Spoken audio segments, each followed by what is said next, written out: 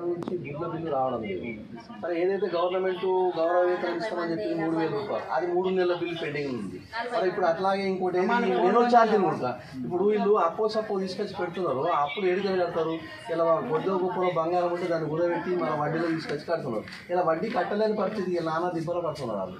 ఈ బిల్స్ తొందరగా వచ్చే కట్టు చూడండి మీరు. దీనికి తొందరగా డిఓ గారికి ఫార్వర్డ్ చేయండి. మధ్యాహ్న ఏజెన్సీ కార్మికుల యొక్క బిల్లులను 6 నెలల నుంచి పెండింగ్లో ఉన్నాయని మరి ఈరోజు ఎంఈఓ గారికి వినతి పత్రం ఇవ్వడం జరిగింది.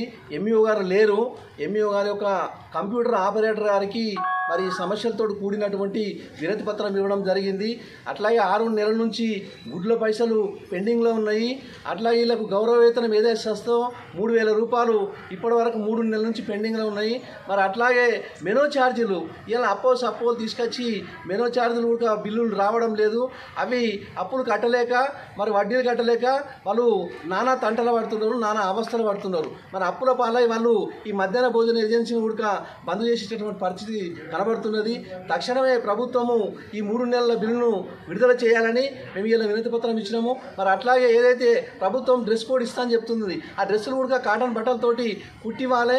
మరి ఏదైతే వంట పాత్రలు కూడా ప్రభుత్వం సప్లై చేయాలి. మరి అక్కడ వర్షాకాలం వర్షాలు కురుస్తుంటే ఇలా అంత పిచ్చులన్నీ ఊడిపోయి ఉడక రాలుతున్నాయి. వంటశాలను నిర్మించి ఇవ్వాలి.